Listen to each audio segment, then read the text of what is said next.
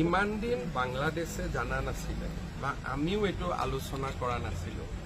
আমাৰ এটা chicken neck আছে আৰু চিকেন নেকটো যদি কাটি দিয়ে অসম বা উত্তৰ পূব ভাৰতৰ পৰা বিভক্ত হৈ পৰিব এইটো সত্য কথা কিন্তু বাংলাদেশৰ দুটা চিকেন নেক আছে যদি ভাৰতে বাংলাদেশক মেঘালয়ত কাটি দিয়ে তেতিয়াহ'লে চিটাগং পোৰ্টকে ধৰি গোটেই অঞ্চলটো বাংলাদেশৰ পৰা কাটি যাব আৰু ওপৰত যদি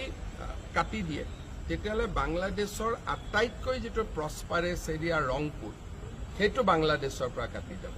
গতিকে বাংলাদেশ ভাৰতৰ এটা চিকেন নেক আছে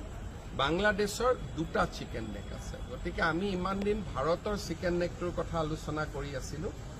বাংলাদেশৰ চিকেন নেক দুটাৰ কথা আমি কেতিয়াও আলোচনা কৰা নাছিলোঁ গতিকে আজি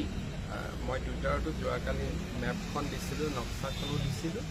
আৰু সেইকাৰণে মই ভাবোঁ আমিও এখন মেপ বনাই ল'ব পাৰোঁ